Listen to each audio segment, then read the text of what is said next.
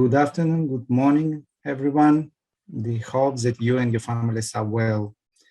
On behalf of Pulsar team, we are happy to welcome you to our 14th Pulsar webinar entitled Presentation of Public Sector Accounting Assessment, PULS Framework. The key objective of this event are present the PULS methodology, including its structure, assessment process, and scoring methodology. Discuss the importance of using consistent assessment methodologies and the relevance of understanding of the actual status of public sector accounting system for successful IPSAS implementation. Discuss the next steps in terms of completion and piloting the methodology. In order to achieve the proposed objectives, we have a tight agenda and a group of renowned experts who were directly or indirectly involved in the development of this tool. I would like to remind you that all presentations, including their translation, will be briefly available on our Pulsar website. Please also feel free to post any questions you might have using your preferred language directly in the chat. Without further ado, I pass the floor to Dan Boyce, Practice Manager for the Governance team for East Europe and Central Asia, to share with us some opening remarks. Dan, the floor is yours. Thank you, Dimitri. Welcome, everyone. On behalf of the World Bank, the Pulsar FinCop, and the EduCop, it's my pleasure to welcome you to this joint Pulsar Focal webinar, which we also call the Smart Interactive Talks. This is our 5th event that is jointly organized by Pulsar and Focal. So we're glad to see that this collaboration continues between the two families, which has been very productive. I want to especially thank everyone for allocating the time in your busy schedules during the event, given all that is happening in the world and in your countries. Today's topic is the presentation of the Public Sector Accounting Assessment Framework, PULS, which we have been working on for quite a while, and it's great to see that it's now ready to be rolled out. We'll have the opportunity today to hear about the framework firsthand, really, from its creators, and hear from the team then from that developed it and on how it was produced. And we'll explore the main features of the online assessment tool and discuss the next steps in the rollout of the framework. The PULS framework aims to support the national and subnational governments in developing efficient and effective public sector accounting, PSA systems, through first helping the public sector entities to develop an understanding of the local PSA system and the environment in which it's operating, assessing the gap between the existing national and the international public sector good practices frameworks, and then measuring any further disconnect that might be happening between the application of that framework and the framework itself, and gaps, of course, between implementation and then extended further into the international PSA standards. So it's worth mentioning also that we're going beyond just an assessment with this framework. The PULS also provides guidance on PSA reform actions, and therefore the final stages really of the assessment process is the dialogue that would be obtained either by an external assessor or a dialogue that's carried out internally in the country, which could include that management of that dialogue, and then the reform design and planning and implementation. Then there would be an additional process once the framework is underway of the monitoring and evaluation to see how the implementation is going and what actions might need to be taken. More specifically, PULS helps us to identify and to provide guidance on addressing some of the key challenges of the implementation of the PSA reforms, and Pulsar has recently provided quite a lot of guidance on some of the specific challenges of PSA reforms that are not always technical. So some of these areas that are covered in this guidance on the reforms is first political support and willingness of the key stakeholders to initiate and carry out the reform, agreement on a reform strategy and what is feasible in terms of the implementation timeline, establishment of some reform coordination and management arrangements, availability of resources, so what's required, including financial resources, human and IT resources as well. And then the amendment of legal and regulatory frameworks that might be necessary to implement the new public sector accounting framework. A definition of the structure of the new PSA system, where does it apply exactly, and how will it be implemented, including in terms of reporting. Definition of risk management and mitigation mechanisms, which of course relate to many of these issues, the political support and the resources and so on, where the risks might come in. And then development of a change management and capacity building strategy, taking into account those risks. A couple of other items are integration between the different PFM functions, and including the IT system, so upgrading the existing systems or development of a new integrated financial management information system that would capture the accounting framework.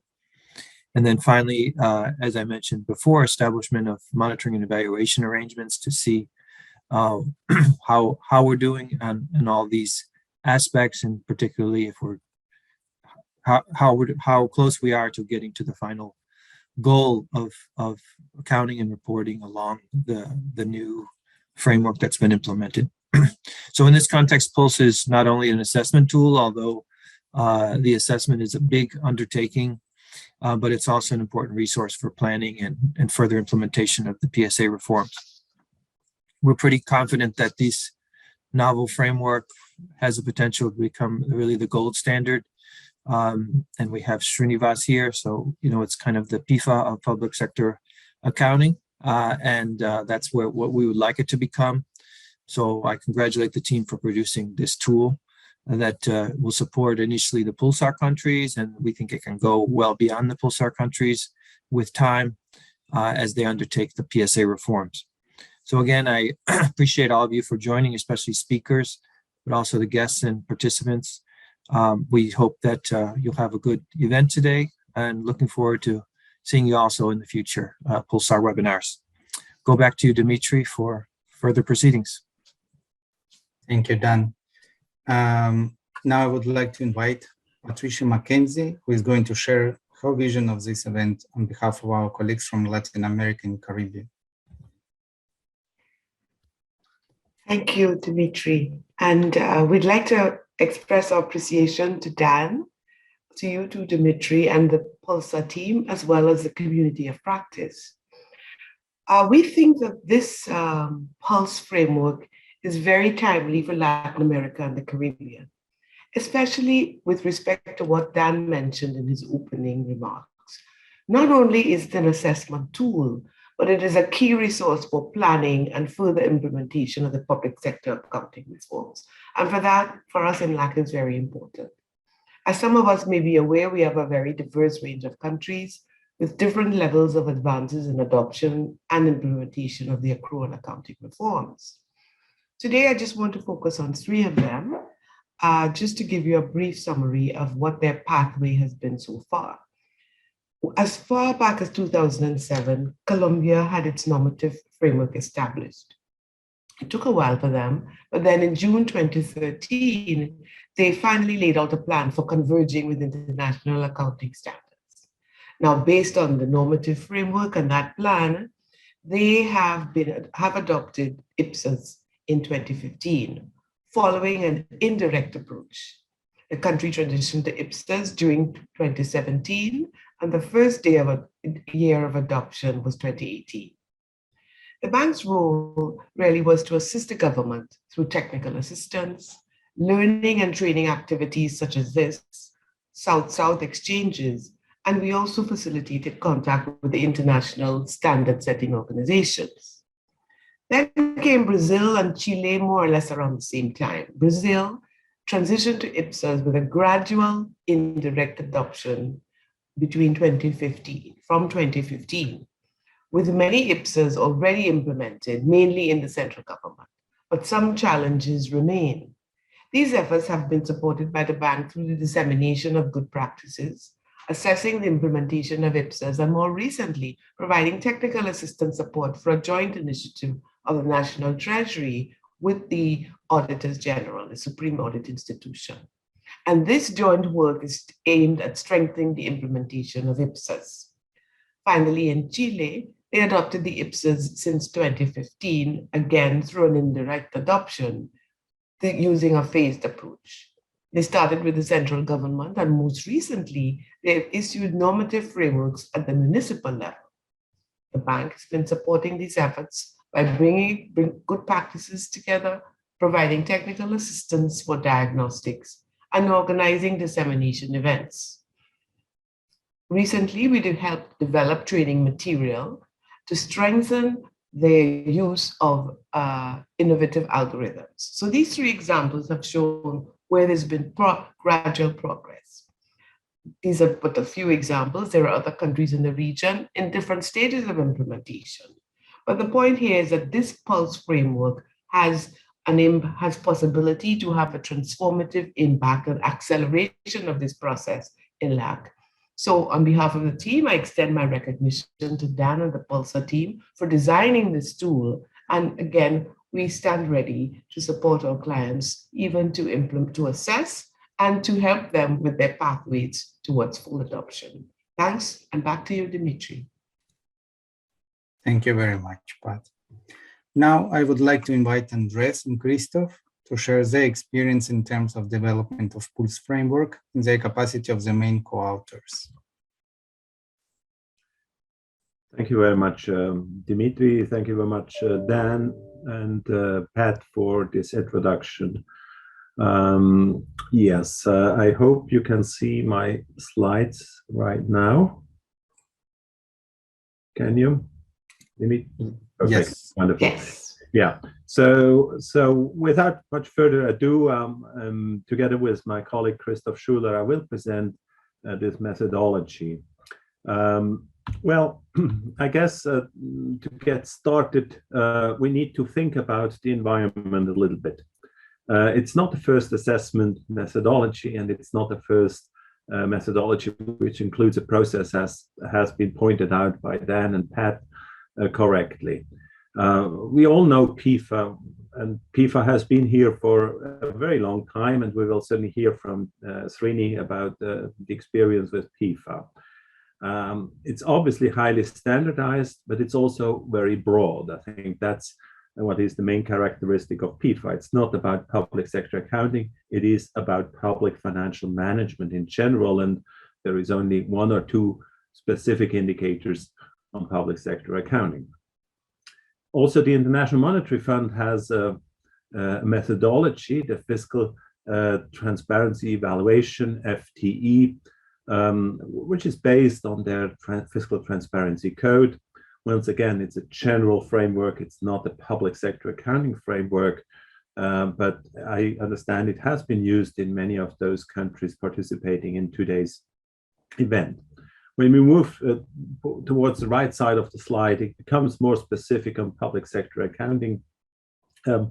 Especially in Latin America, many countries have been using what is called the matriz, which is essentially based on the IPSAS standard and looks at the exact wording of IPSAS standard and then reflects on the representation of that in the national framework. However, this is obviously very useful for those implementing directly, but as we have heard from Pat, most countries in the region are adopting indirectly, and so they will not find the exact wording used in IPSAS, but probably something very similar. And then we have REP. REP was also used, has been used for a long time, actually. The first country which ever used REP was Azerbaijan in the Pulsar region, 2004, so 18 years ago. Unlike the other frameworks, it is very little standardized, and so of course the results can be very variable depending on those using the framework, because the level of standardization is so small. However, it is similar, for instance, to the ROSC AA accounting and audit, and it monitors the observance of international standards. So basically, the idea developing pools was to take the good elements of all those frameworks and focus them on public sector accounting. So that's the idea. So it's the idea to have a highly standardized framework focusing on public sector accounting, not being too general, and modeled based on Fifa, on public sector accounting, but also on IPSAS standards. Last but not least, it was designed to be used as a self-assessment tool primarily. So it does not necessarily require to hire external experts. And I think this is very important for countries which do not have too many resources in many cases. Now, so what is PULS?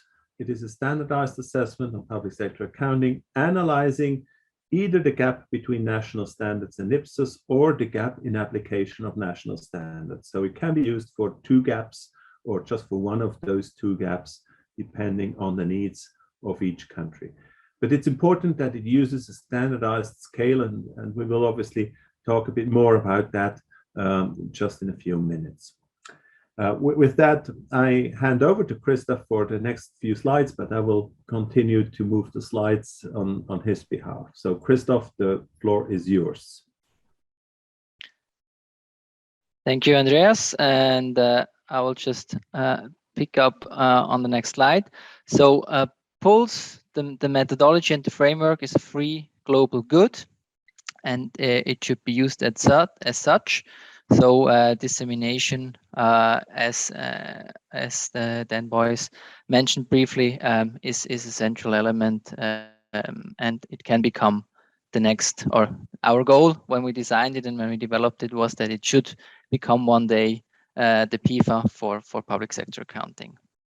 It is at its heart a user-friendly web-based self-assessment framework, and maybe we can briefly here highlight the user-friendliness when we were designing and developing the 102 dimensions overall. And we had some intense but always productive discussions with Dimitri. I remember them. And we always, wherever possible, put user-friendliness first, which in the end should allow it to be that self-assessment that we want it to be. However, there is a strongly recommended assessment process, which you can read in detail in the handbook, with specifically defined roles. And there is a quality assurance process throughout the entire steps, the total of 10 steps of the self-assessment. And just to highlight that again, at its heart, it's a self-assessment mode. There are alternative modes which are described in detail again in the handbook. And if we could move, thank you, Andreas, to the steps. So this might look familiar to you, since we tried to be or take those elements from PIFA that we thought would be easy recognizable and make it also again more user-friendly. So we have a total of 10 steps. I will go just very briefly through them. Step one, also Dan Boyce mentioned that briefly, identifying the point of the reform process is essential, one essential part of the first step, and also to ensure the commitment of all stakeholders involved. First of all, identify them and get them on board.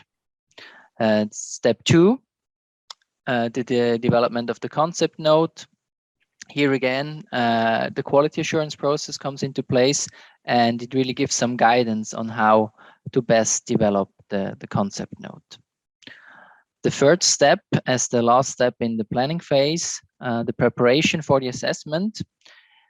Here, the major sub-steps, if you will, are mobilize the team, internal and external stakeholders, and identify the data requirements.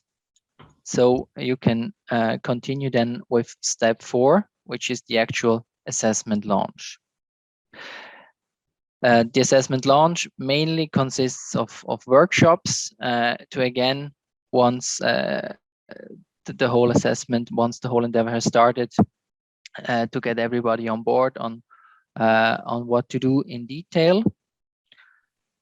Step 5 is then the external validation process. This was one key element of step 5 of the data collection and the analysis. So once the data is collected and analyzed, and here a key element which also gives credibility to the entire assessment process is the external validation process, which I will come back to in a few slides in more detail.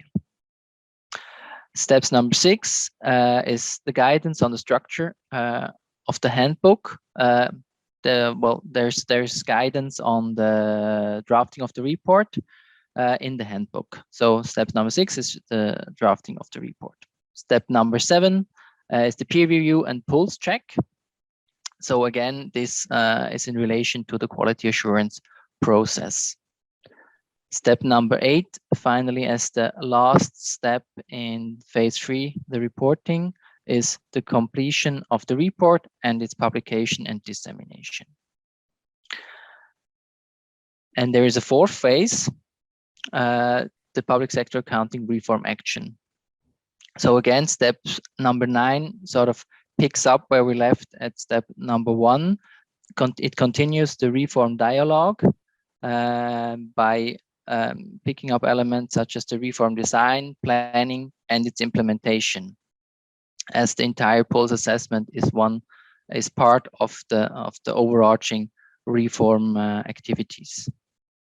And finally, the last step, monitoring, evaluation, and follow-up to, well, it basically says it, to continue again with the reform process. And what we have had in mind as well is that at some point, after a certain number of years, the entire assessment can be redone. So we get this comparability.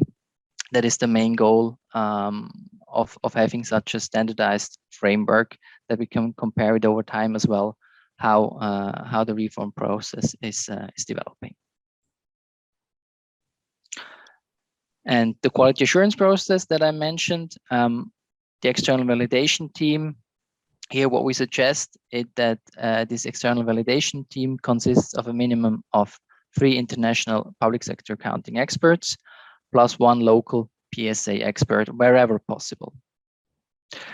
Their main tasks are reviewing the draft concept note, checking the raw data, and reviewing the draft Pulse report.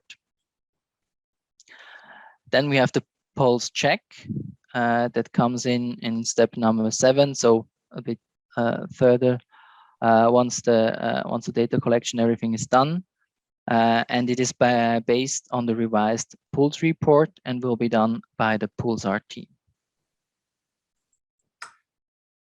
Okay, thank you, Christoph. And I will now take you into the methodology of the assessment. Of course, Christoph has already mentioned there are 102 dimensions. We don't have the time to go through all the 102 dimensions this afternoon, not even through all the detailed 29 indicators, but it's important that it is exactly built up the same way like the PIFA assessment. It has different pillars. The pillars are grouping the different dimensions of the assessment. So firstly, the pillar 1 is looking at the public sector accounting framework, so the overarching topics of public sector accounting. Then we have pillar number 2, which is looking at the financial assets and the financial liabilities. So about a group of standards which deals with a certain type of transaction. Pillar 3 is the non-financial assets and non-financial liabilities. So another group of standards are covered in pillar number 3. Pillar 4 is about standards which deal with expenses and revenue. Pillar number 5 deals with the financial reports and the consolidation, so with the product of the public sector accounting process. And pillar number 6 is what Dan already mentioned. It deals not with any particular standards, but with the reform prerequisites and capacities. So what is needed to make sure that the reform is successful. All that is split up in 29 indicators and 102 dimensions. So I go through those pillars now very briefly. Pillar 1, as I said, is about the accounting framework. It deals obviously with the IPSAS conceptual framework, but also with a few standards which are overarching, which are not very specific to specific transactions. So, for instance, IPSA 3 on accounting policies, errors, and estimations, IPSAS 4 or IPSAS 10 or IPSAS 14, which is about events after reporting date. Now, this all is included in 3 indicators. So 3 out of the 29 indicators are dedicated to pillar number 1. And obviously you'll find some of those names of the standards, but it's not necessarily the same number as the standard. As you can see, for instance, accounting policies, which is part of IPSAS 3, is dealt with in the indicator number 2. With that, over to pillar 2. Now, pillar 2 is obviously the financial instruments standard. So it deals with IPSAS 28, 30, and 41, the main standards about financial instruments, but also IPSAS 5 on borrowing cost. Again, we have 4 different indicators, one on financial assets, one on liabilities, one on derivatives, hedge accounting, loss allowances, and borrowing cost, and finally one on the presentation, offsetting, and disclosure. The pillar number 3 is actually the largest pillar. So they are not the same size. As you have seen, the pillar 1 is 3 indicators, pillar 2, 4, and here we have 10 indicators actually. So we have a very large number. Now, this is of course because quite a lot of IPSAS standards are on non-financial assets and non-financial liabilities. So to reflect those standards, we needed more indicators. Again, you can see the linkage. IPSAS 12, for instance, is on inventories, and not surprisingly, there is also an indicator dealing with inventories, and so on. So we see the different indicators based on the respective standards. Pillar 4 is about revenues and expenses. So, of course, the revenue standards, IPSAS 9 and IPSAS 11 and 23 are in here, but also the standard on social benefits, which is a relatively new standard, IPSAS 42, is included in this. As you have seen before, sometimes standards are also represented in 2 different pillars. For instance, IPSAS 42 is a good example because it includes liabilities, which we have seen in the pillar number 3, but it also includes expenses, which we can see now in pillar number 4. Last of the IPSAS related pillars is pillar number 5. So this deals with the financial statements. IPSAS 1, cash flow statements, IPSAS 2, but also specialized standards, for instance, on budget information, on consolidation of the financial statements, or about the notes to financial statements. So again, we have regrouped those standards into 4 pillars. And finally, the pillar number 6 is actually the one which looks at the capacity and the prerequisites of any reform. So it looks at the integration with other PFM systems, for instance, budgeting. It looks at the IT component, at IFMIS, the integrated financial management and information system. It looks at human resources. It looks how the accounting function is organized in the government. And of course, we have heard that from Dan. It looks at the reform ownership, which is an important prerequisite for a successful reform. So with that, I go back once again to Christoph, who takes us through the dimensions and scoring. Thank you, Andreas. So we picked just one example to give you an idea on the better understanding how these dimensions look like and how the scoring looks. So this is indicator 11, dimension 3. This is part of pillar 3 of the non-financial assets and liabilities. Subsequent measurement, the cost model. Probably one thing that strikes you first is on the left-hand side, there are two scores. We have on the very left-hand side, the conceptual, and then further on the right, an actual score. So this is a central element, or maybe also the novelty of this assessment framework, that we measure both the conceptual implementation. So what do the standards say? What do the letters say? And then, but also what is the actual implementation on the ground? Is what it says in the standard also actually implemented?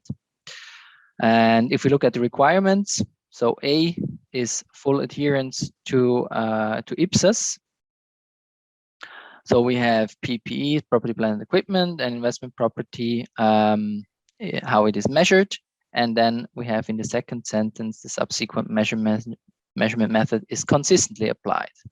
And if you compare that to the B score, so one below, we basically omitted the second sentence. So the consistency, the consistent application here is foregone.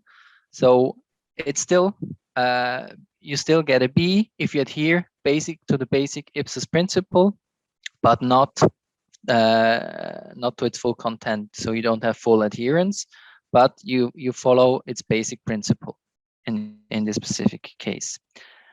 And then if we go further below, C is subsequently measured at cost less any accumulated depreciation. And here we omitted any impairment losses.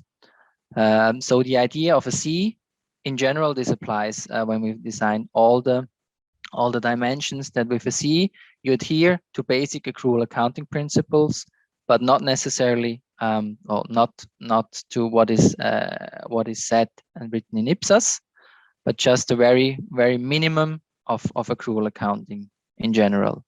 And this is similar to or identical to PIFA. D is just a performance less than a C score. So C is basically the minimum. Thank you. Well, that's what I mentioned before. Full compliance with IPSAS, you get an A. A high degree of compliance is B, and C is where the basic level of performance on accrual basis.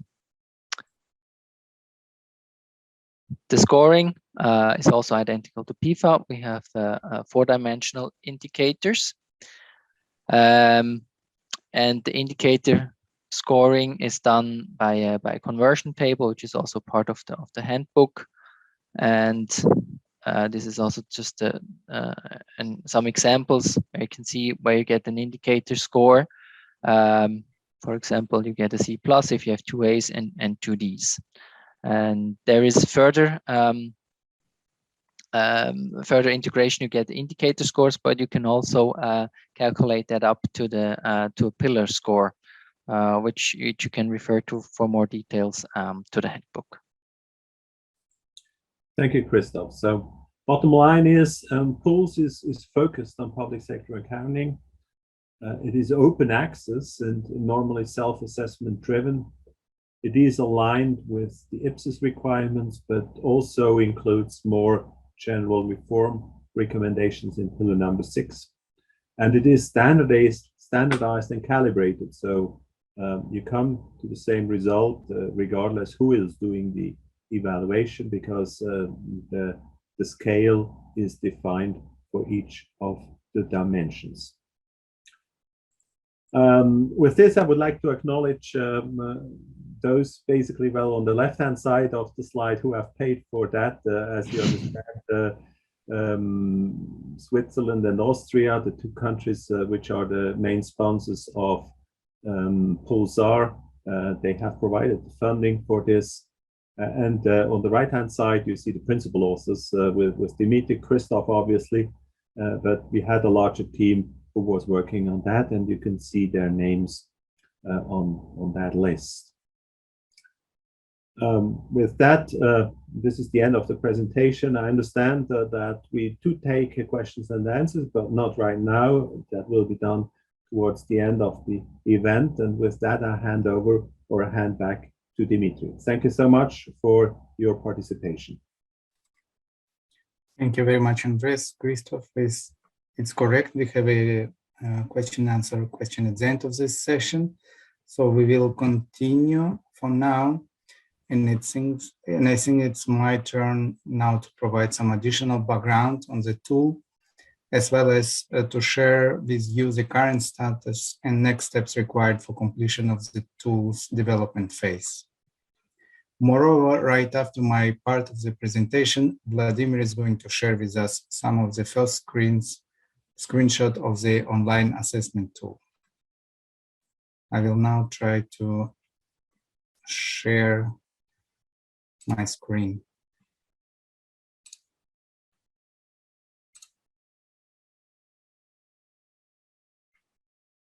Can you see it?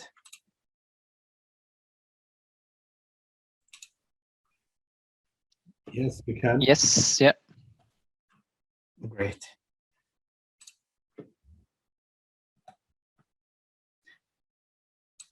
Once I saw the presentation that Andres and Christoph shared, I tried to adjust slightly this one to avoid any overlap and repetition.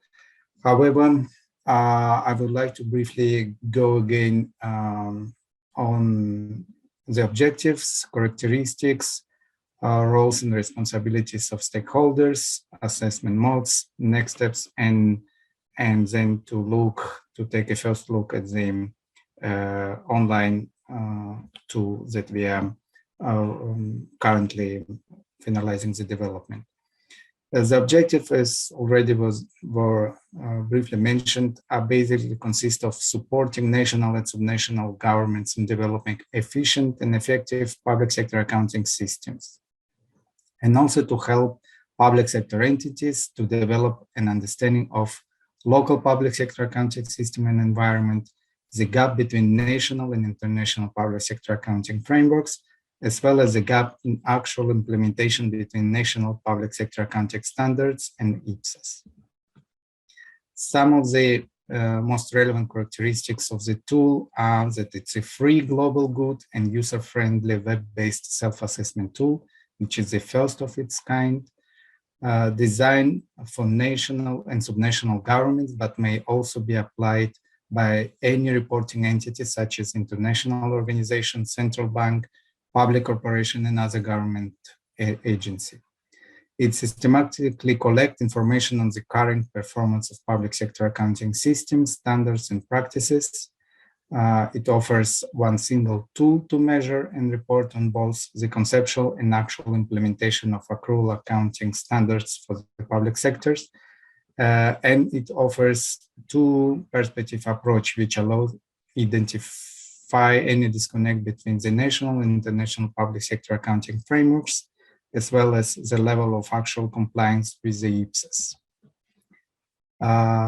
Some additional characteristics are its provision of inputs for development of comprehensive public sector accounting reform strategy and roadmap, as it was already mentioned before. Use the assessment to develop policy recommendation and action planning for and to enable further stretching of public sector accounting system and practices.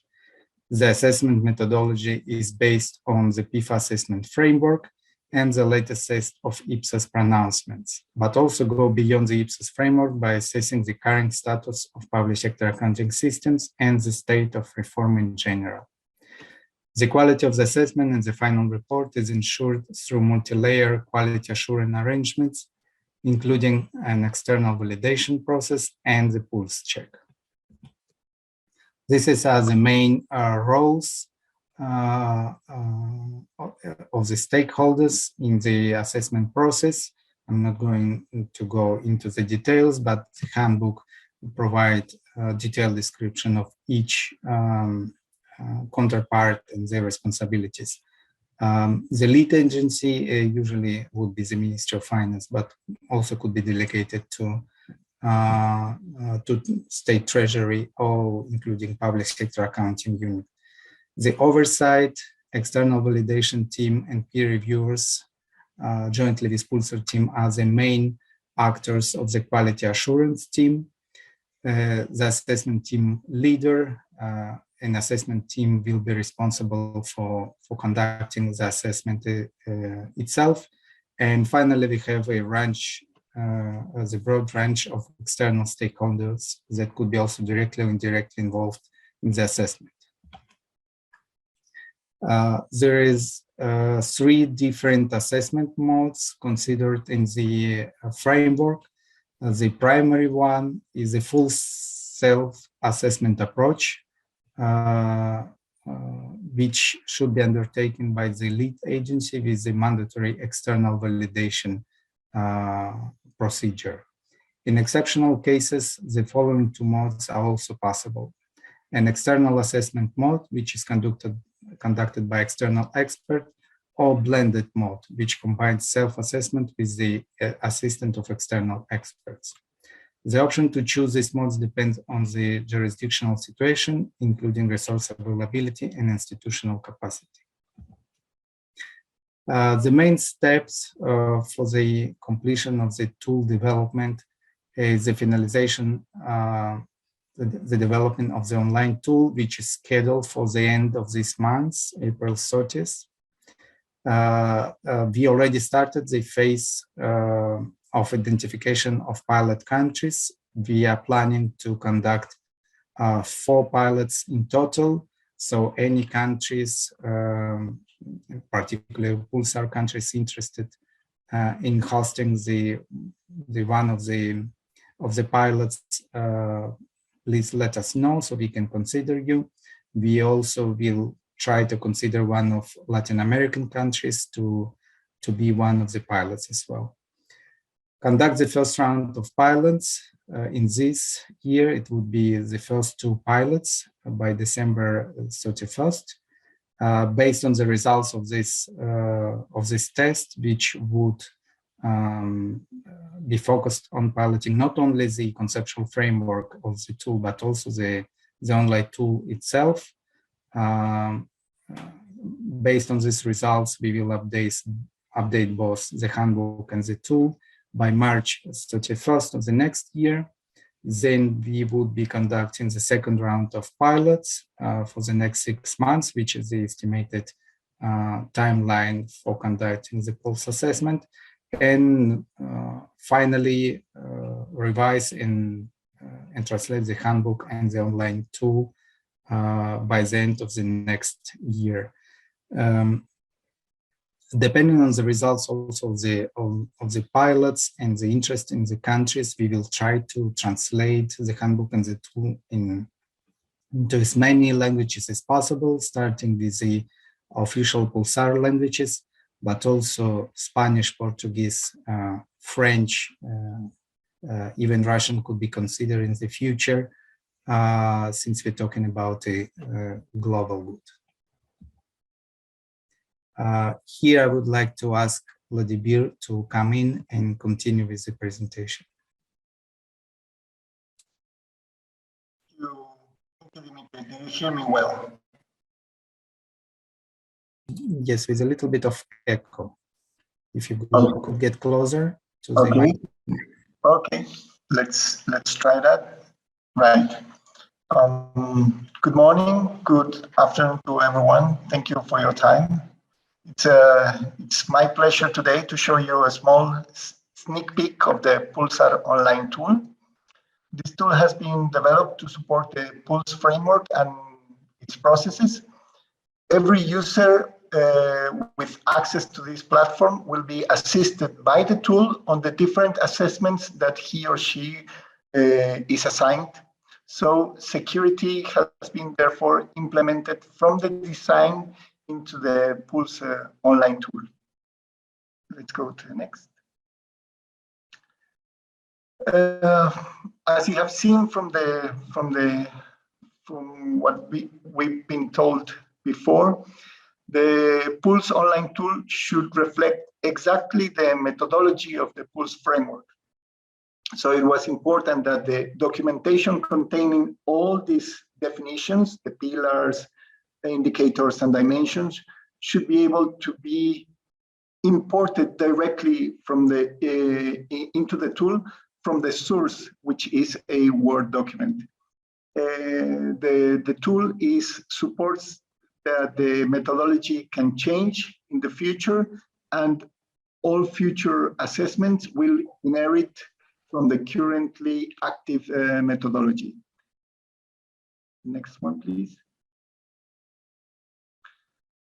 The Pulse online tool is intended to provide both operative and high-level support. The operative support is basically the programming of the predefined processes for an assessment in the web tool.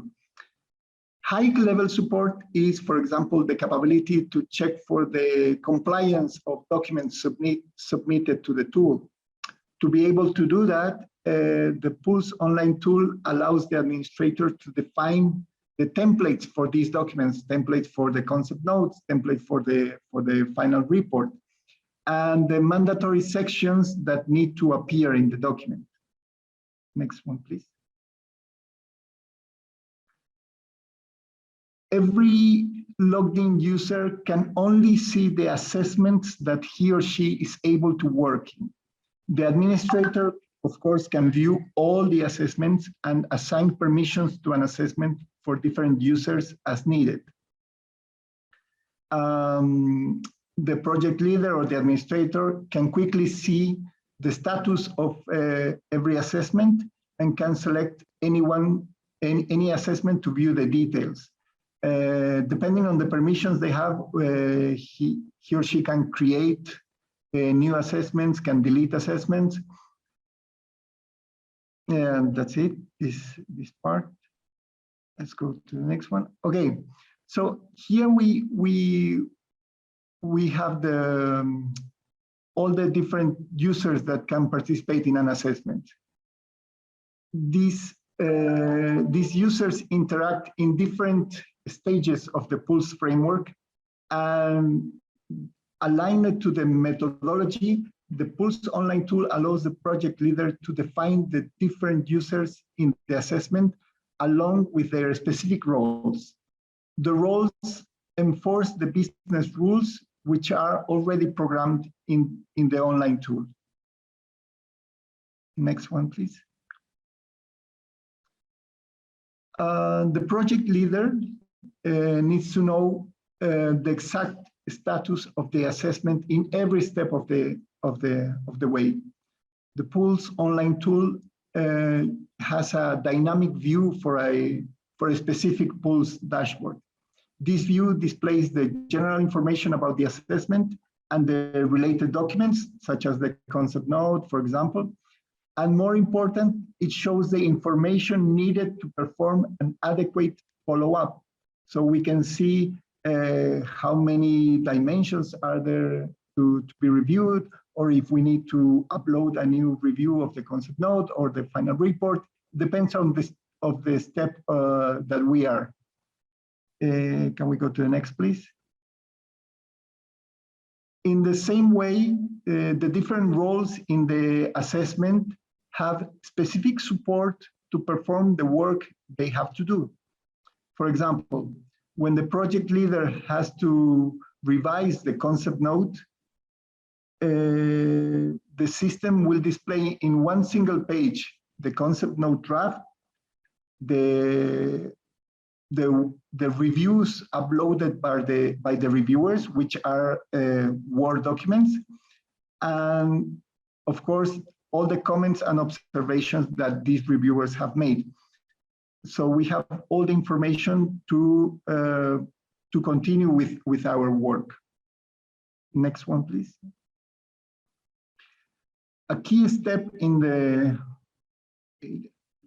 please. Yeah, a key step in the Pulse framework is the actual assessment. The online tool supports this step fully. the project leader has complete knowledge of what is happening with the scoring of the dimensions and the overall score in a user-friendly dashboard.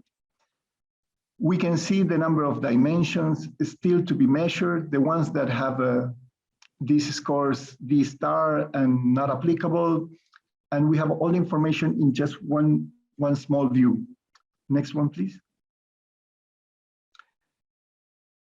When we have to see the details, the Pulse online tool supports the scoring of dimensions with a complete information on the methodology that needs to be applied, and the recalculation of the scores of the indicators, as Christophe was showing us, the pillars, and the overall assessment following the business rules of the Pulse handbook. Every piece of information here, whenever you click at an indicator, a pillar, or a dimension, will give you a detailed description as in the handbook.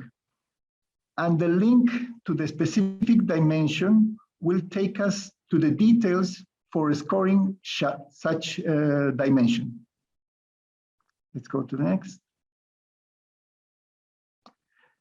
So now the user in charge of assessing this dimension has all the reference information about this dimension and can score the conceptual and actual compliance of the dimension within the institution. And of course, he has to add, we cannot see it here, he has to add the corresponding comments that support this score. It is important to note that the reviewers and revisors of in all the stages will have similar views of this scoring, but with additional elements to be able to fulfill their work. Thank you very much.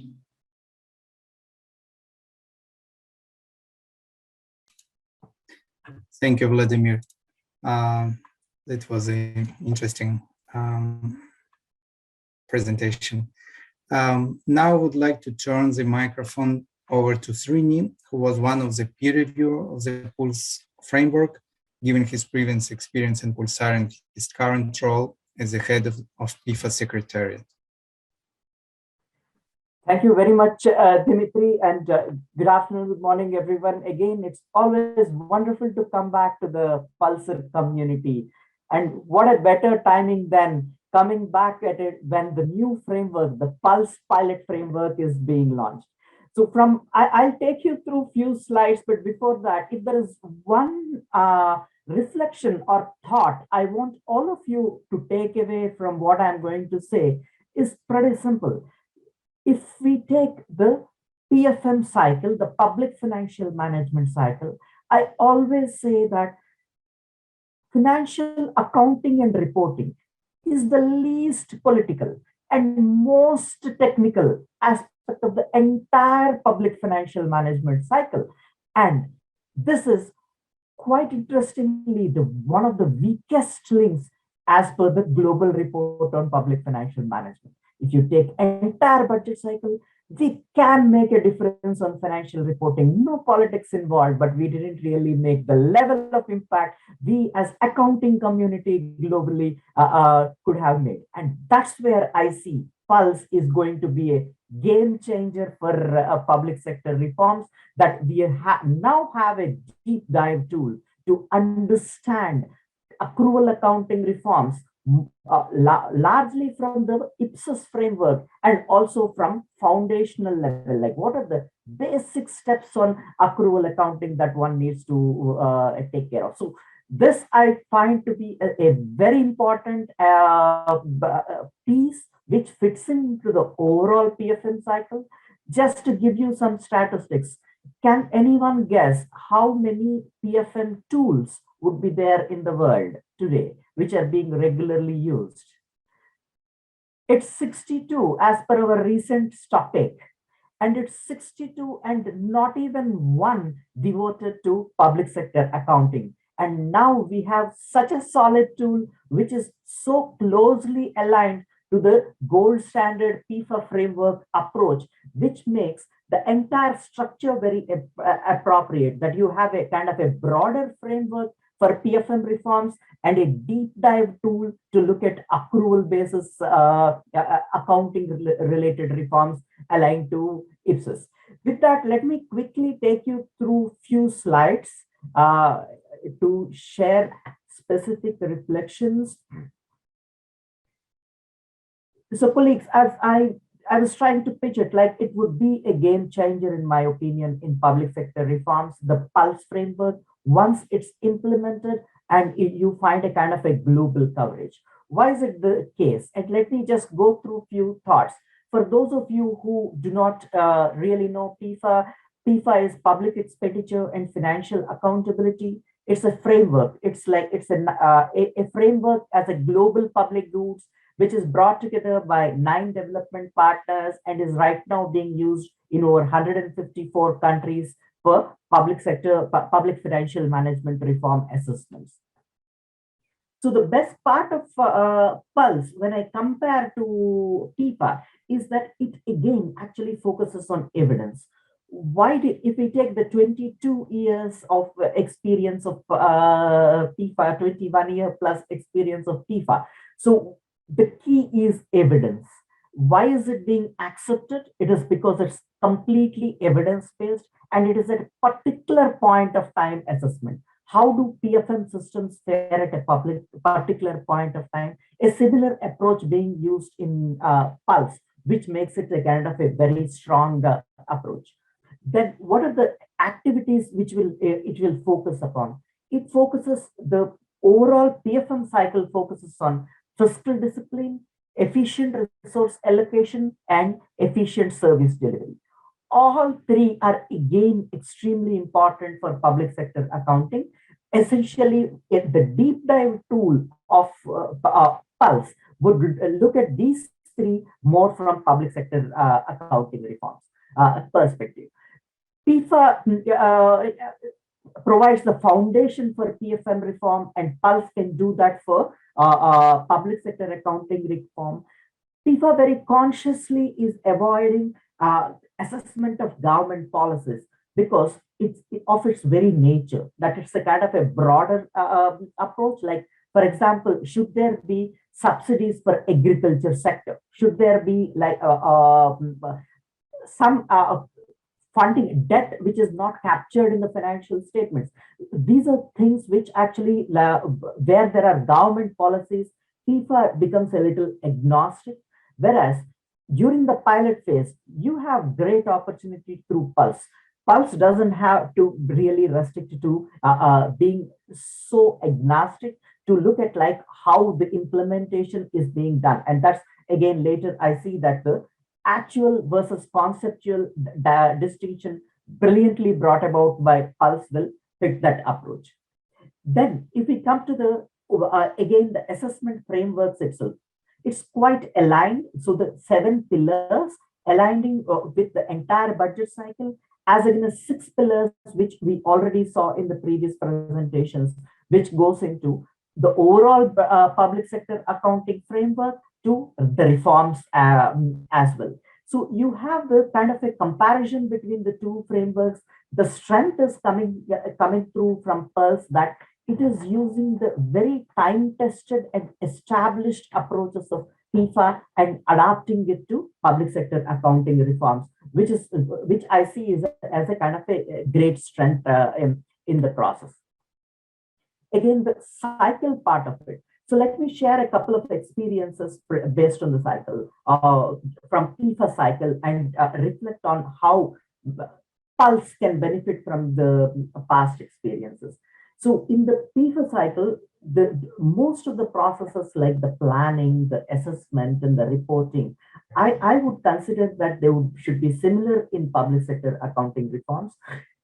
The only difference would be probably it should be faster. So like, for example, a PIFA takes anything between 9 to 12, maybe 6 months if we do a kind of an agile approach, and quite a lot of effort. The very fact that many more players are involved very consciously, and there is always a little bit of greater effort needed to bring even the players together. typically the kind of on one side you have public procurement, revenue administration, the planning department, the auditor general, the parliament, bringing all of them together to get a kind of a consistent frame, which would actually get PIFA to be a little bit more complex.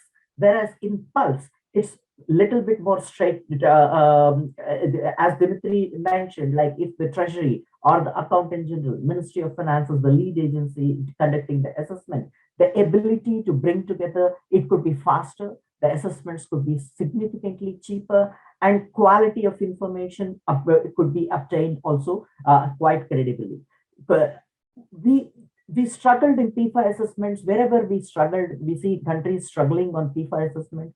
That's at the data collection stage. So countries plan for PIFA assessment, but they are not ready when the assessment mission starts with the prerequisite information. So that's an area where Pulse can really make progress by making sure that when we talk about the kind of a data collection stage, even before the data collection stage, pre-populated information is captured. Even at the concept stage, quite a bit of information can be collected. So this could help you navigate through. So to that extent, the processes are quite similar. The approach would be like the difference I would see as the phase 4. The phase 4, PIFA consciously kept away from making recommendations. So the reason being the prioritization becoming extremely important when you take this broad PFM cycle. Whereas in case of public sector, I don't see that as a problem in making conscious recommendations. These are quite technical issues, looking at a little bit of the human resources, and like as Dan mentioned in the beginning, going beyond a simple assessment. And that's where the phase 4 in Pulse, I see as could be a much more stronger thing, which I see the way it is presented to be a much more stronger one than even PIFA, which I really appreciate. And that's the crux as such for reforms to take place. PIFA check has been a game changer for us. We are very glad that Pulse is starting off with that. So PIFA started 20 years back. Until 2016, 2015, we didn't have a PIFA check. Practically meant assessment reports are extremely disjointed, and the credibility is always a question. As a World Bank TTL, way back in 2015, I remember in one of the countries in Sub-Saharan Africa, when I was using a PIFA report, which didn't have the kind of expected level of quality, I would say, we really struggled because we used it for PFM reform progress, but the baseline is not really assessed well. So when you don't get the baseline done well based on a PIFA assessment, and you use it for PFM reforms, you struggle because you make effort, improve systems that doesn't translate into the results matrix because you either over-assessed or wrongly assessed in the past at the initial stage, the baseline stage. So Pulse check is phenomenal for that purposes, that this credibility of Pulse check would be extremely one of the benchmarks one should look at, like the success of Pulse itself. So having a strong approach, it's wonderful that it's very well established in the current structure. Then the methodologies, I said like the 62 assessments. So how does it all come together? It all comes together by having this broader PFM assessments and the deep dive assessments, the information being consistent.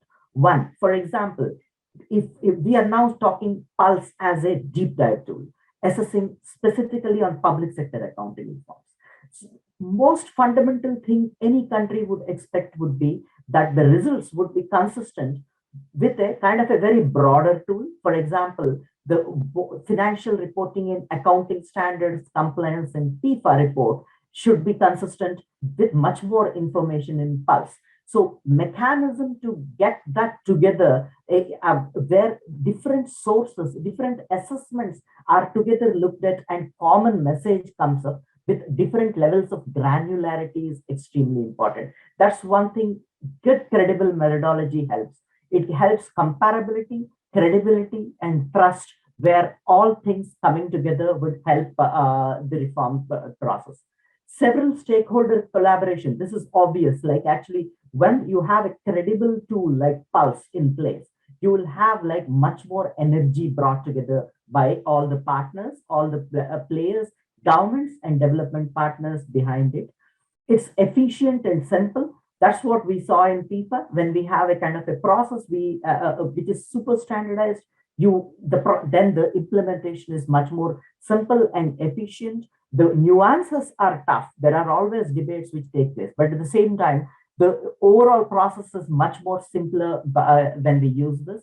And the best part of it we saw is also that the global knowledge. So the learnings from country to another country, like last year, we released the first ever global report on public financial management with regional and global insights.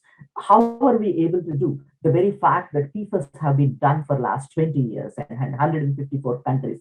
This wealth of data information is there to unpack these issues for regional and global understanding for better reforms and process. And Pulse, I would see as the first step, and it's a fast first step because it's a self-assessment tool, it's an online tool. I see as Pulse assessments taking place, this kind of an unleashing of knowledge from what's happening on accrual basis accounting reforms taking place. When compared to FIFA, I would say Pulse has some real clear edge, and I compliment the team for doing this. The best part of it, conceptual and actual, both are merged in FIFA and in their assessments. It's very nice to see the distinction being brought about in the Pulse framework. Web-based self-assessment tool. This is the best thing that the team has been doing, that everything would be online and even the data maintenance could be maintained online.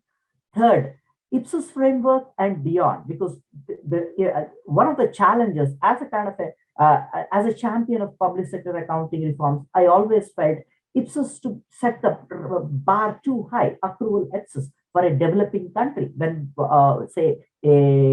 when government official, I was an accountant general in India before I joined the international community. So if we had to implement at that point of time, the pace, the pitch was super high really at that point of time.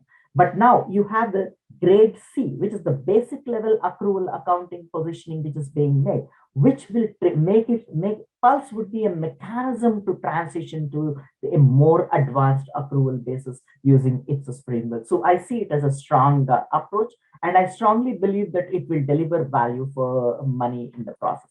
Finally, quick reflections on how does the indicators map. In the PIFA framework, we have 3 indicators which directly relate to public sector accounting: financial data integrity, in-year budget reporting, and annual financial reports. All these 3 indicators, unfortunately, are some of the poorly faring indicators among the budget cycle, as I mentioned earlier. So it talks about typically the financial reports completion, accounting standards implementation, and presentation to audit. It's a kind of a very high level pitch. Now I'm sharing some numbers based on the most recent positioning on this pillar on financial reporting and accounting. See, if you see globally the trends, what you're saying is if the total score on each of this aspect, for example, financial data integrity, in-year budget reports, and annual financial report, the maximum score is 4 possible. You see hardly any are close to that. Congratulations to ECA countries, which seem to be doing a little better, at least on financial data integrity and in-year budget reporting. On annual financial reports, even ECA is not doing well, which practically means if we take on a FIFA score, it's like just a kind of a C, and not the C the way in Pulse C. The C that on not on implementation of basic accrual, but C on that some level of accounting systems exist kind of a thing. So this is what the global picture shows up from FIFA assessments. And this is another reason why I feel Pulse is extremely important to change the game. We need all these bars to significantly go up in the times to come.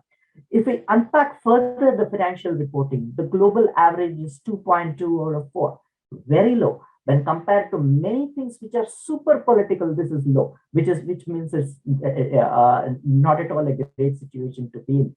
The completeness of financial statements being poor, audit is not submitted to audit, and the accounting standards not compliant within most of the countries. And that's what reflects in this chart, although you have ECA doing slightly better. So, but globally, these are not strong enough, which means like a pulse-based approach to fix these problems is going to also improve these indicators on annual financial reporting using the Fifa, which will contribute to overall improvement of public financial management.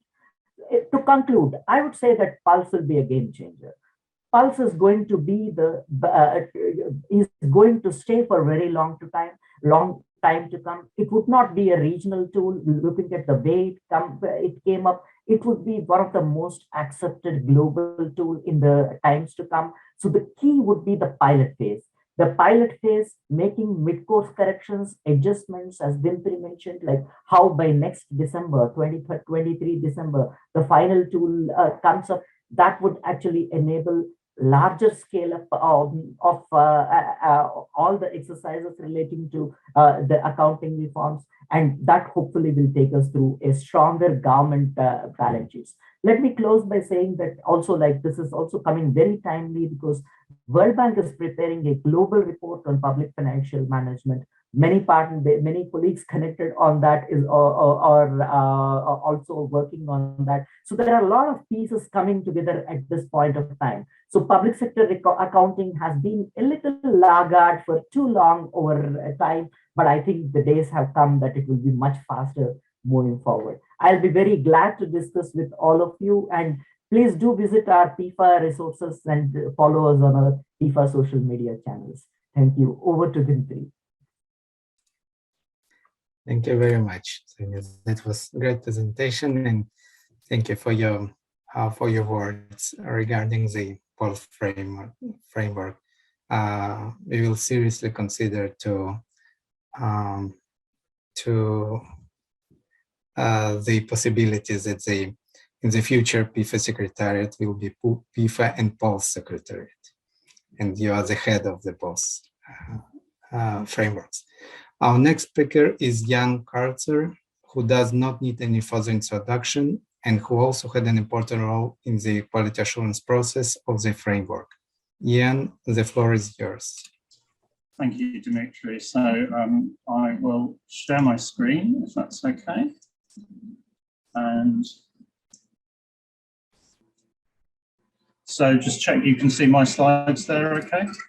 Yes, you can see. Good. Okay, so thank you very much, Dimitri. Thank you very much for the opportunity to speak today. And I think what I'm going to say fits very well in terms of what Srini's just been talking about in terms of the broader picture. And I think, you know, I would absolutely endorse everything that's been said in terms of, I think this is a real game changer in terms of, you know, being able to assess sort of how IPSAS implementation is proceeding. And I think, you know, looking at the tool, one of the things that I think is really important is the flexibility, because I think in terms of implementation, you have to recognize that every jurisdiction will be coming from a different opening point in terms of the reforms. They are likely going to be at different stages in the reform. So, you know, some may have embarked on the reform already, be moving forward well. Some may have embarked on a reform, it's not progressed, or just, you know, they're midway through the program of implementation. So, you know, I think that flexibility is going to be really important. And I just wanted to sort of take that step back and say, okay, you know, how would you use it? What's the context in terms of the types of, you know, systems and implementation changes that you would be implementing in the bigger picture in terms of a transition to accrual? How would this this new tool fit with that? And what I wanted to do was really just actually take a return, if you like, to my personal roots in terms of implementing accrual in the United Kingdom and leading the implementation of consolidated accounts for the whole of the public sector.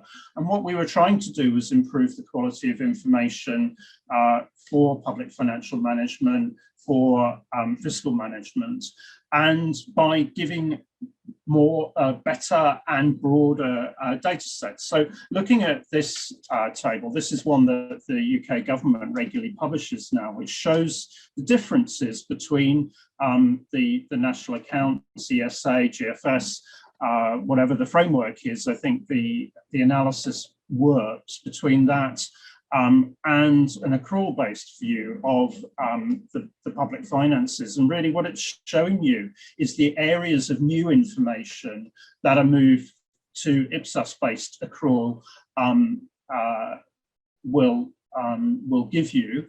But thinking about where are the systems changes, where is the new information going to need to be collected? And the biggest number there is on the public service pensions liability. So the information there on obligations to current and previous employees for their employment pensions. The provisions number, potentially very significant depending on the structure of the public sector, but that may well be in the context of decommissioning requirements in terms of legal claims ongoing, and so on. So again, a big number that you don't have in the GFS framework.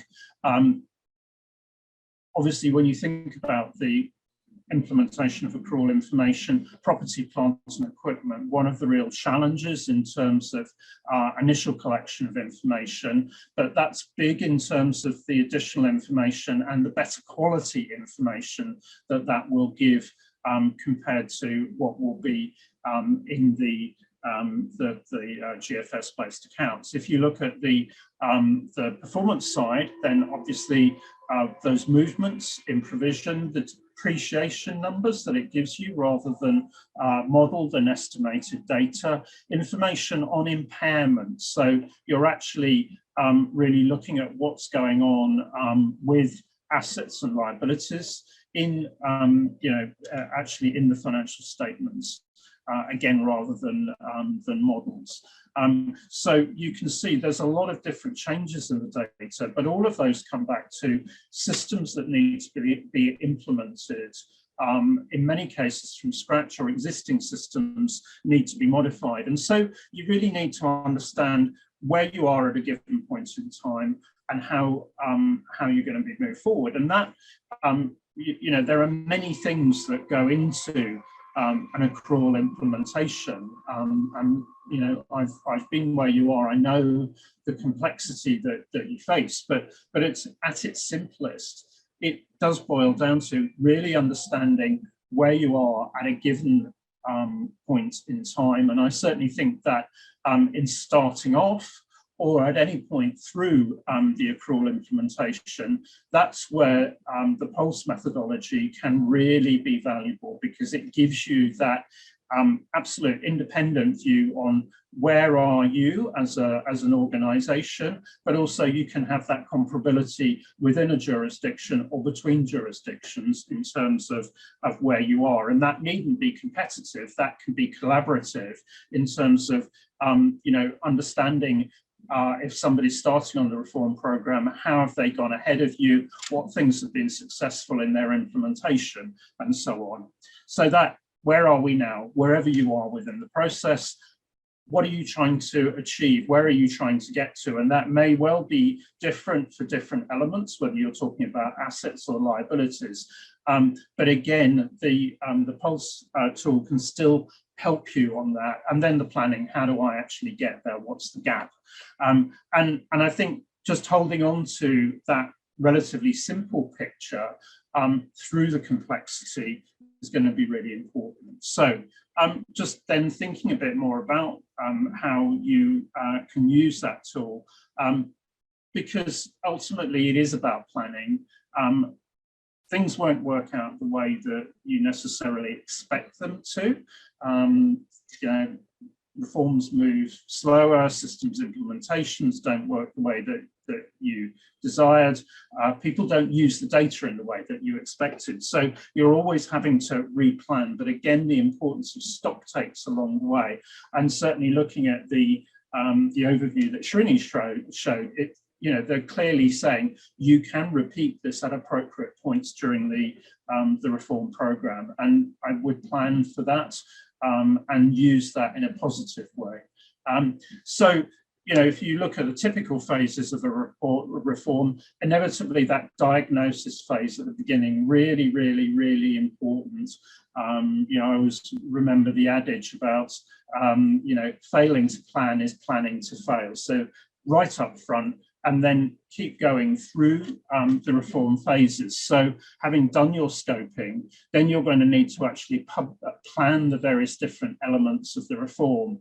And certainly in the implementing the UK consolidation, I came in at the stage that somebody else had done the scoping.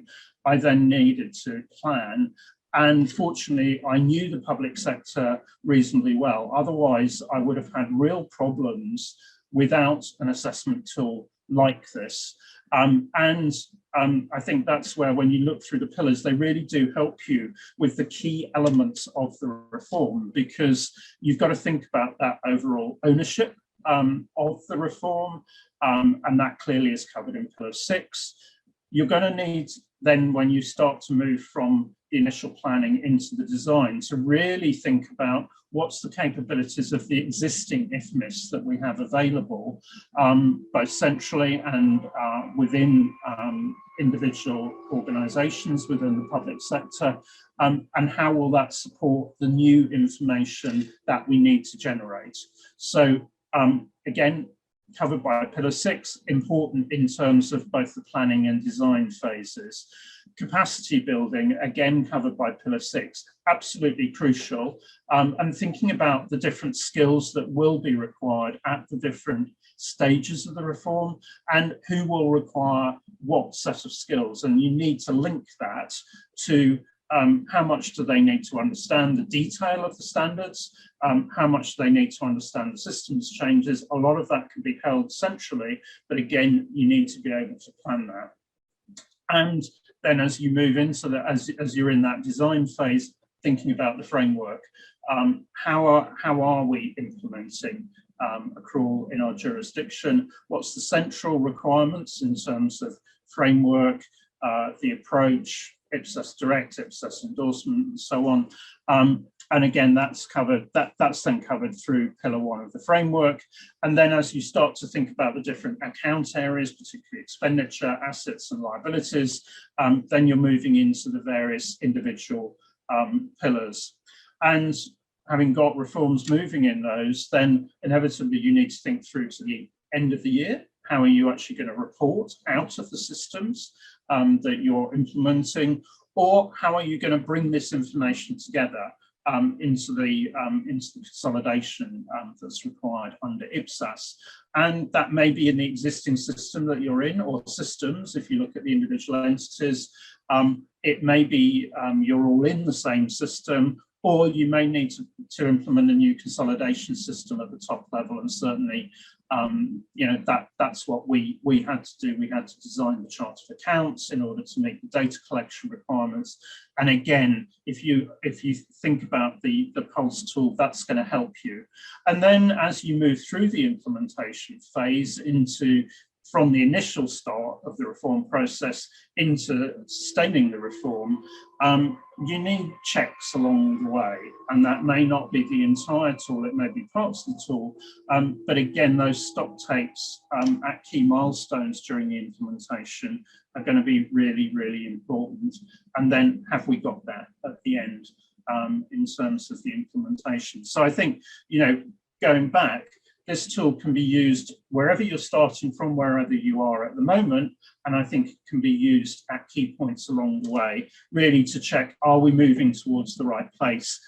Have we got issues that we need to be able to diagnose and then work out what the necessary action actually is?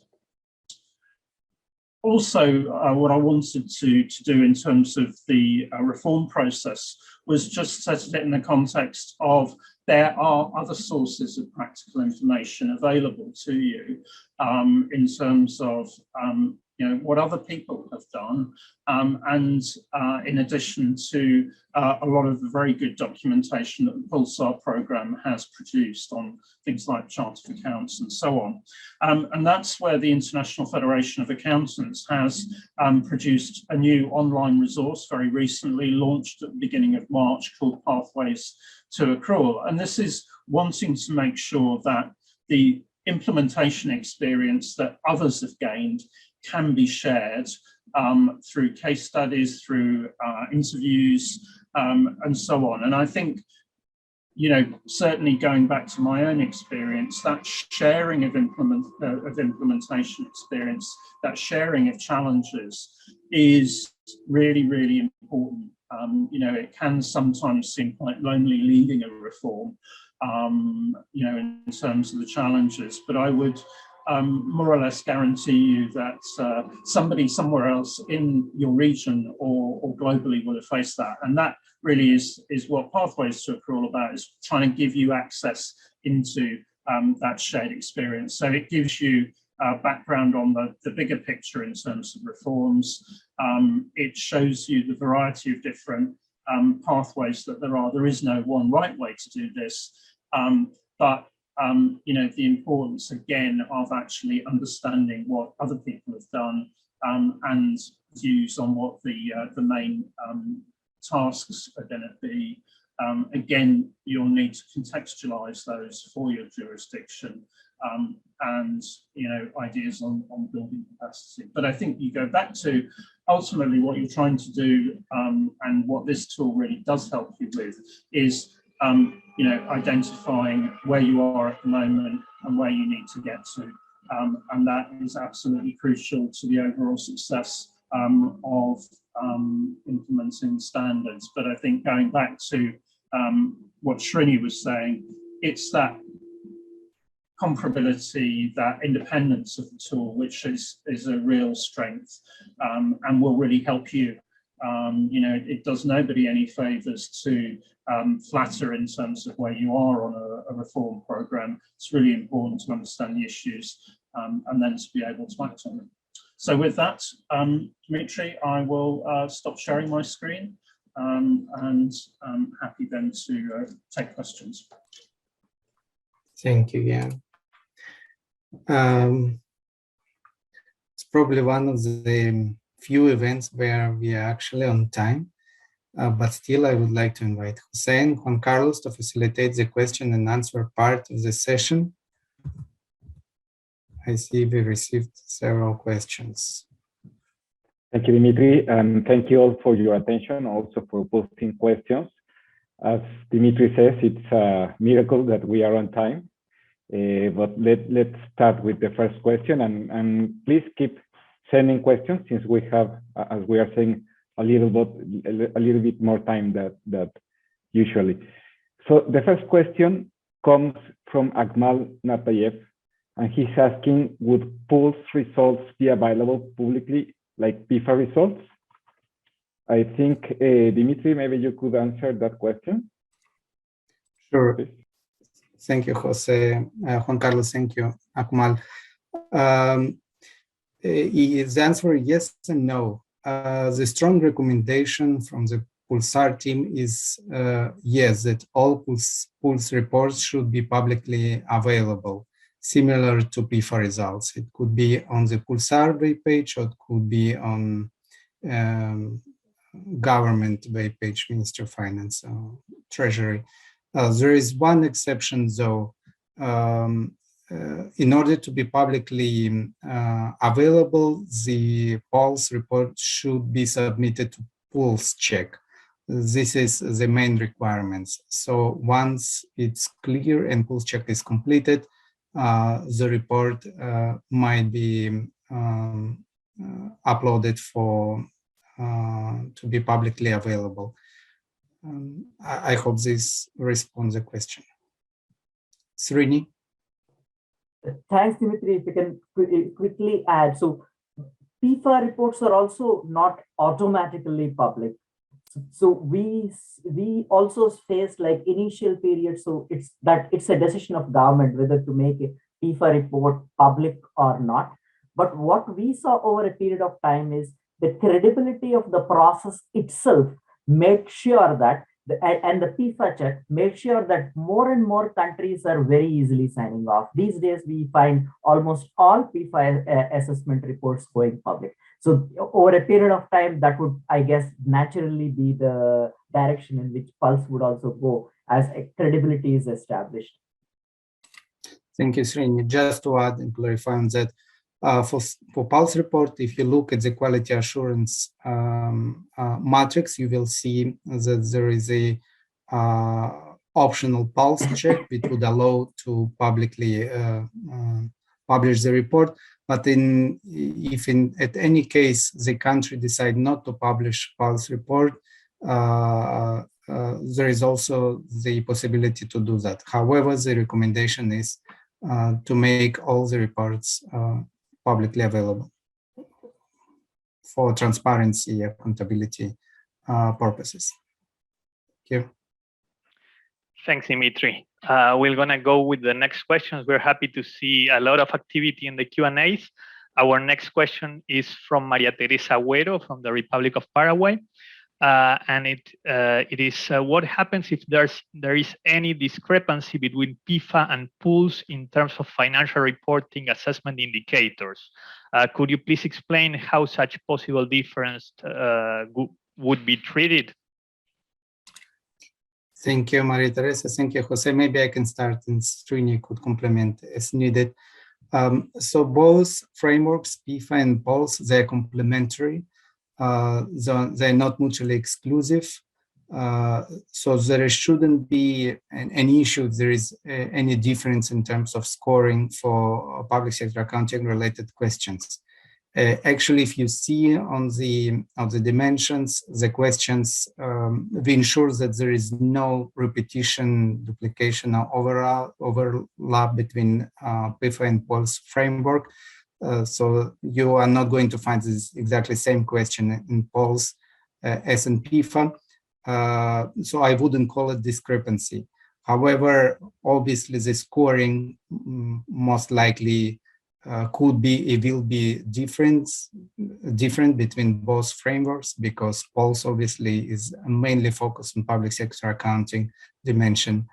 I see that Andres would like to add something, and Srini also feel welcome. Yeah, I mean, just a small addition. Obviously, the overall score should end up being in a similar position. So it would be a bit surprising if, for instance, the overall score in those three indicators, as Srini has pointed out, is A, and then all of a sudden all the scores are very low in the Pulse assessment.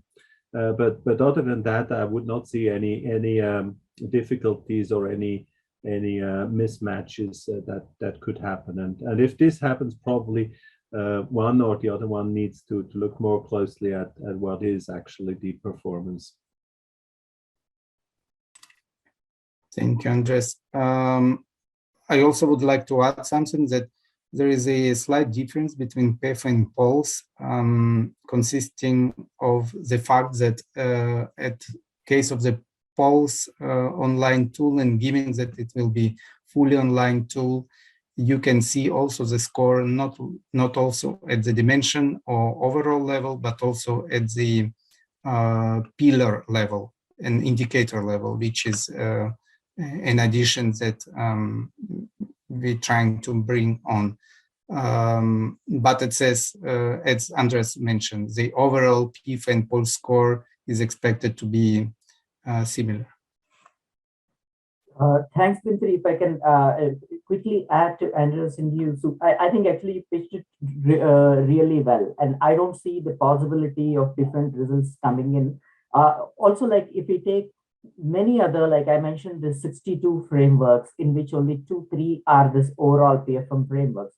So normally the difference does not come also because whenever an assessment is being initiated, the background work for that assessment is based on all other diagnostics. So typically when you do a Pulse, you would surely look at Fifa and first look at the scoring, why it has gone in a particular direction, investigate a little bit and build on that. So rarely there would be a kind of a difference, but there could be difference because of timings.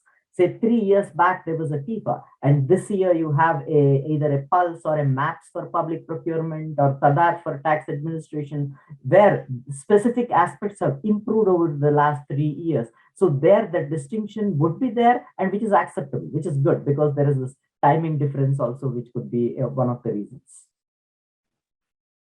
Thanks, Rini, Andreas, and Dimitri. Back to Juan Carlos for the next question. Thank you, Jose. Well, the next question, I will read it as we receive it. It's which country is most relevant for Pulse application? Is this necessary for the country that issued all IPSAS equivalent standards and adoption for a certain year? Thank you. Thank you, Juan Carlos. I will try to start answering this question, but maybe also Andres or Christoph then could come up. So ideally, I think we would expect better results in those countries that were able to apply as many IPSAS as possible. There is a caveat that one of the scoring options is not applicable. So for instance, we know that not all IPSAS are applicable to every country. So for sure, some of them, they're not applicable, which is fine. However, in order to pass the pulse check, there is a certain threshold for this kind of situations, which shouldn't be above 25% overall. Andres, would you like to add something? Yeah, I mean, I would say the country should be on accrual or modified accrual basis of accounting. I mean, if it is on a pure cash basis, probably the scores will be D in many cases, and that would not be very helpful because it will not help to differentiate between different degrees of progress. But even if you're not taking up the question, if you're not right now using IPSAS, but on an accrual basis, you might have C scores and maybe occasionally even B scores. And so that can be a starting point, perhaps, if a country which is on accrual basis would like to implement IPSAS later on. Thank you, Andres. Ian, would you like to add anything? I think Andreas made the key points. You know, it's interesting actually that the big jump is actually from cash to partial or full accrual, because what that does is it requires you to implement the basic the sort of basic information systems in terms of particularly assets, but also liabilities, you know, and the ability to pick up on timing differences. And I think once you're on, you actually have a form of accrual in place, then the challenge is actually how do you refine that? How do you build the more refined data requirements and so on? And you know, certainly, you know, I think when you see jurisdictions that are maybe moving from some form of national standards onto international standards, actually, that's where the degree of transition overall may not be so big, but I think understanding the detail, where the detailed requirements actually, you know, differ, is really important. And you know, certainly, I think this, you know, doing the assessment prior to making that sort of transition, you know, would be really helpful, I think. You know, not only in terms of systems changes, but also training, knowledge, all of those kinds of things, and then how you plan to use the data later. Yeah, Christoph. Maybe just to add what Andreas and Ian just said, and what we mentioned in the presentation, that the handbook or the assessment tool is a global good. And you could use that information that's in there. Let's say if what Andreas put out, if you are on a more or less pure cash basis, you could use the information that's in there as a first stepping stone towards the first degree of accrual-based public sector accounting. I mean, what we did with the tool, largely also a big translation work from, I mean, we've heard it a couple of times that the level of technicality within IPSAS is often a huge challenge, and many countries are struggling with it. And basically what we did within these 102 dimensions, we took more or less entire IPSAS and tried to make it a bit less complicated and a bit less technical, and give you a bit more of a sort of hands-on idea. What do you actually need to do? How could you translate and implement what it's actually written in those, I don't know how many thousand pages IPSAS comprises of now. So we did quite a lot of translation work, if you will, and that could help many countries that don't feel ready for actually going on a full assessment, doing maybe first internal round, looking at maybe just some dimensions, some indicators where they see their largest or their biggest challenges, and improve those as sort of a pre-internal assessment, and maybe once they've completed this round, they can go on a let's say full assessment. Thank you, Christoph. Arman? Thanks, Dmitry. Very good point regarding the standard and the differences. I think that will be also a very important baseline to be established for the reform. And also, as you noticed, this tool is different in terms of it goes far beyond the standards. It looks into the supporting environment, framework, capacity, information systems. So that will help us in the countries not only just to look into the standards perspective, but what are the key linkages and important elements to make the reform happen. So that is that's strongly advisable to look into broader element. And yes, it's a baseline, but it's much more than the standards. Thanks. Thank you, Arman. I also have a couple of points to add. The point that Andres mentioned probably is the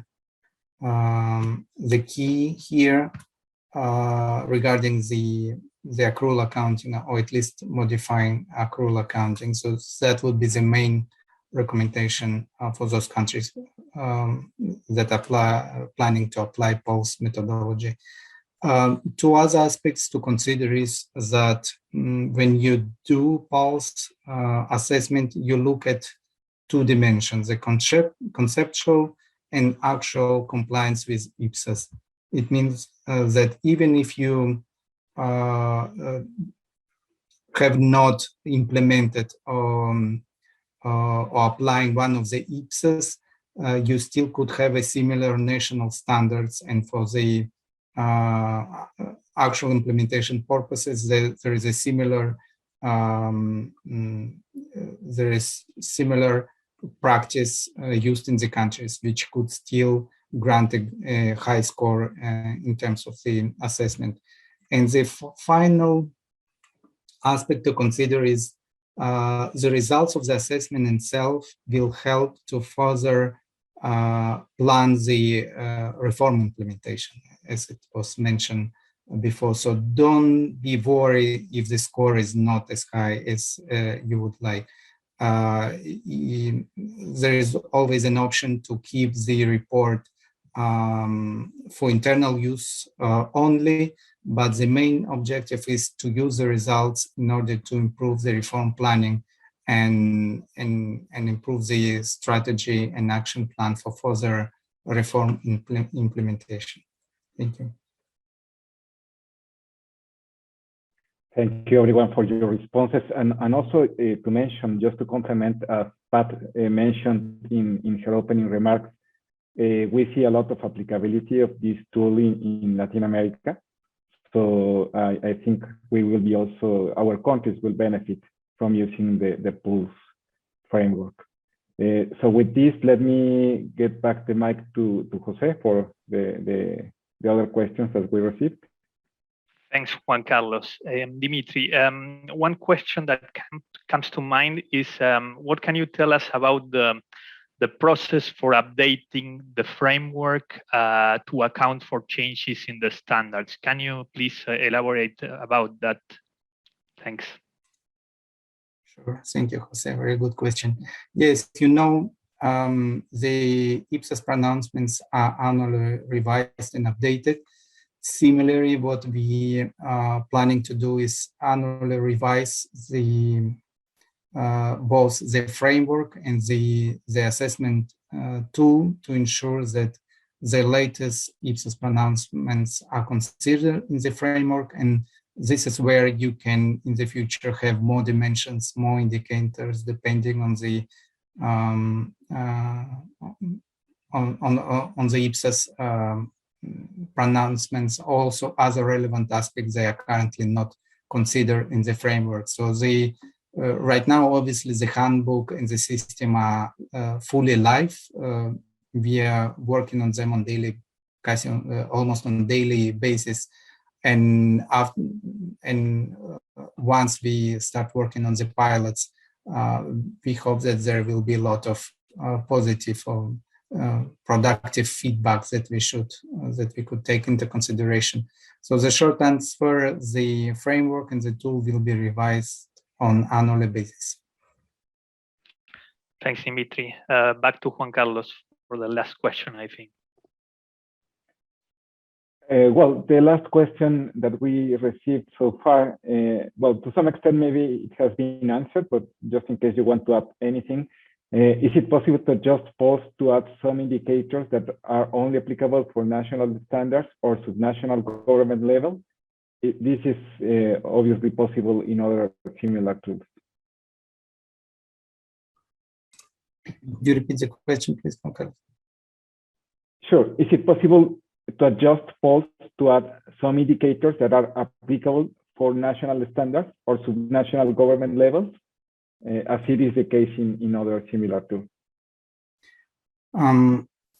Well, the polls is applicable not only for the central governments, but also for the subnational governments. And as it was mentioned before, it should be also applicable to specific reporting entities, such as state-owned enterprises or other similar organizations.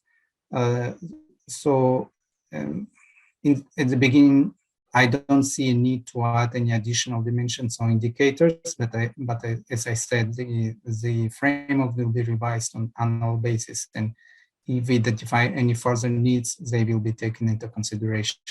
Andres? Yeah, perhaps just to add on that, I mean, the subnational levels of government are quite diverse around the globe. So some countries have very big subnational entities who are essentially almost the same or are the same as national governments. And then, of course, we have also some very small entities and some very rural parts of the world which have lesser resources, for instance, to implement. So basically, the tool therefore does not differentiate between the level of government. So it's applicable, as Dimitri has said, to all levels of government. But of course, if for instance, municipalities are not allowed to borrow, that can be the case in some countries. For instance, in Chile, I understand that they are not allowed to borrow. And then, of course, that can mean that maybe one dimension or two dimensions will result in a non-applicability. But still, the vast majority of the dimensions will be applicable and will be used for all levels of government. Thank you, Andres. Is there any other questions, Jose, Juan Carlos? Well, there's a reflection from Thorsten Dombroes, who says that in the end, it will be decisive not only to be accountable and transparent, but to use the knowledge accounting provides for well-based plans and consistent decisions. That means to weigh up if additional investment should go to the basics or to the follow-up processes.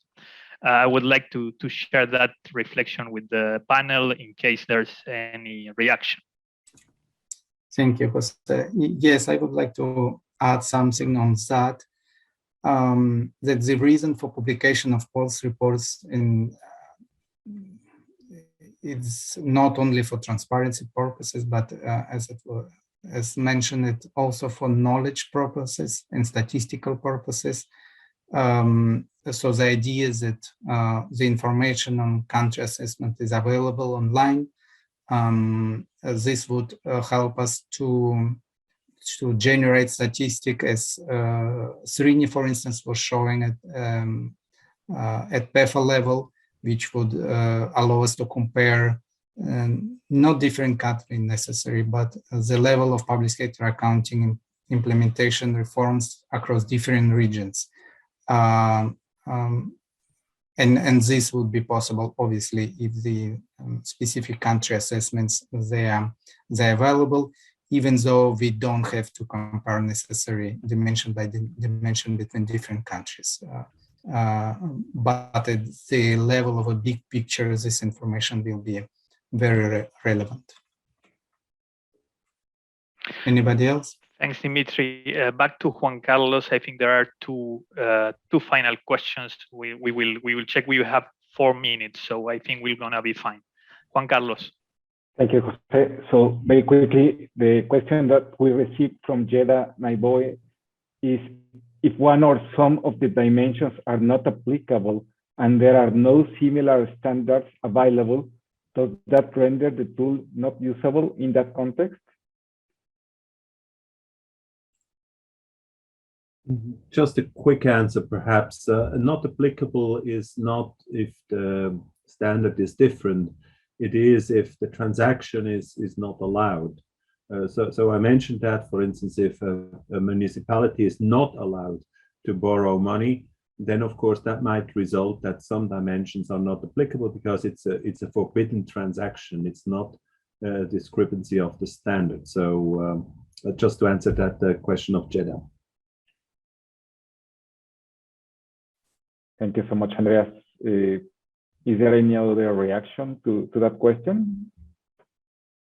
Otherwise, we could then go, Jose, if you want to go to the last question from Chile. Yes, thank you, Juan Carlos. Well, Gustavo Smith from Chile is telling us that last year they went under an assessment from the IMF, a fiscal transparency evaluation, and they are now carrying out a plan to address all the gaps identified, including the gaps identified in accounting.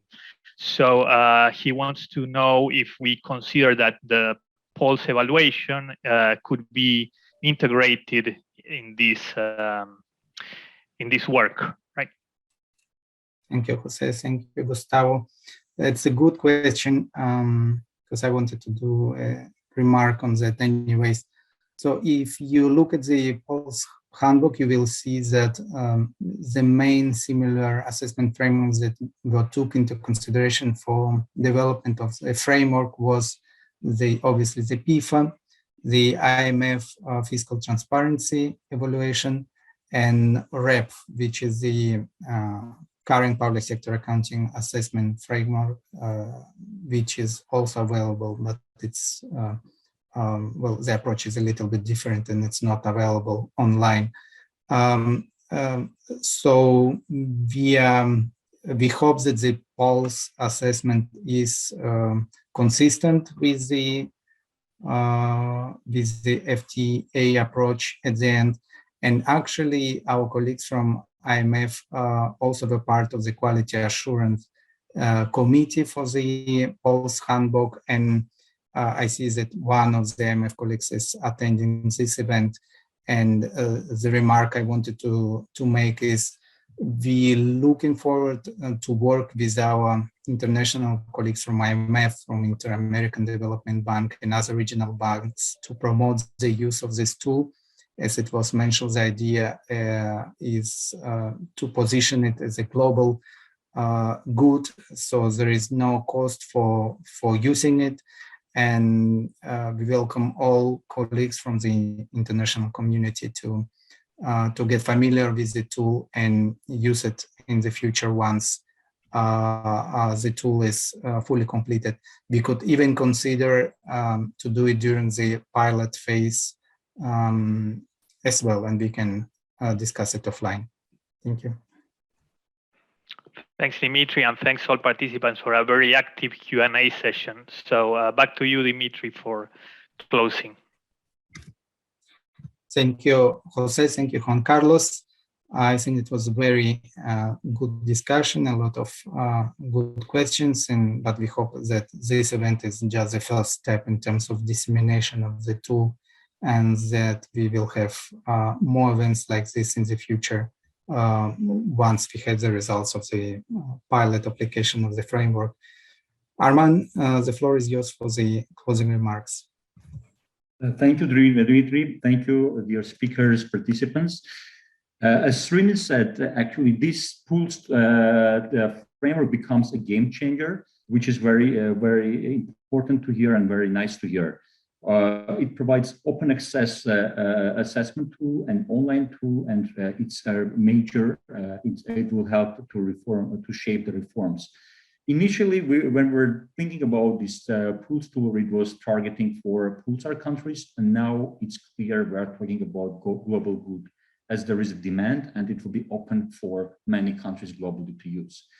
As we discussed today, there are many assessment tools like Fifa, which is noted as a broad FTE, fiscal transparency evaluation of IMF.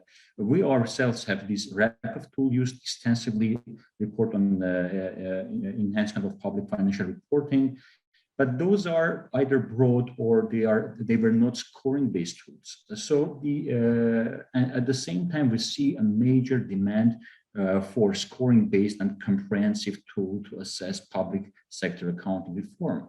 Particularly, a same PIFA assessment demonstrate that those indicators, those three indicators, are lagging behind and they are the weakest points broader in the PFM assessment. And so what Pulse team did is that they took all the positive and developed from those existing tools and developed highly standardized scoring-based framework, which is focusing on public sector accounting.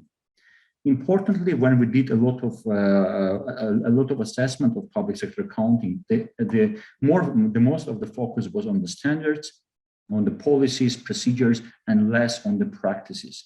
This tool helps us to look into the standards compliance, the gap between IPSAS and the national standards, as well as gap between existing national standards and practices, policies, and in application in practice.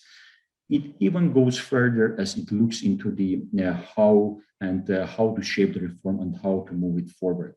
So that is what we're looking for. The tool is just comprehensive, complete assessment.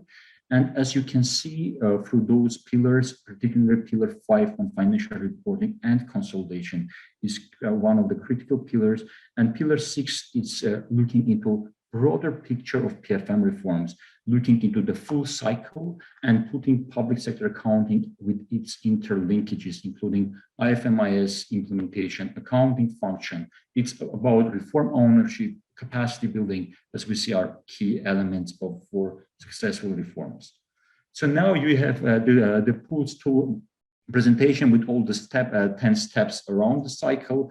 We have very clear 29 indicators with 102 dimensions throughout those 6 pillars. And there is a clear guidance how to use it. Most importantly, online tool, how to navigate through that, which was presented today. So Pulse is going to become a gold standard for the assessment of public sector accounting, as discussed today. And it will be another initiative to advance IPSAS implementation globally, which is key for the reforms in the countries and for transparency and accountability. So we will update you as we progress with the pilots, and you have the timeline as Dmitry demonstrated and shared. And please use also other Pulse and Pulsar products which are going in combination. So, and I would like just once again to thank all the team behind Pulse tool development, all the experts, and of course our member countries who were involved, as well as today to our speakers and participants for this first presentation of Pulse tool. Thank you very much. Dmitry, back to you. Thank you, Arman. Thank you again all for joining us. We are looking forward to see you in our upcoming events. The two next events will be on presentation of IPSAS board Pathways to Accrual publication, which is an important update of study 14 that is very useful for implementation of public sector accounting reforms. And also we will have a specific event on the presentation of the main finding of the Pulsar book on public sector accounting implementation reform status in Pulsar countries. So this is our two upcoming events, and we hope you all will be able to join us. Please stay safe and have a great rest of the day. Thank you.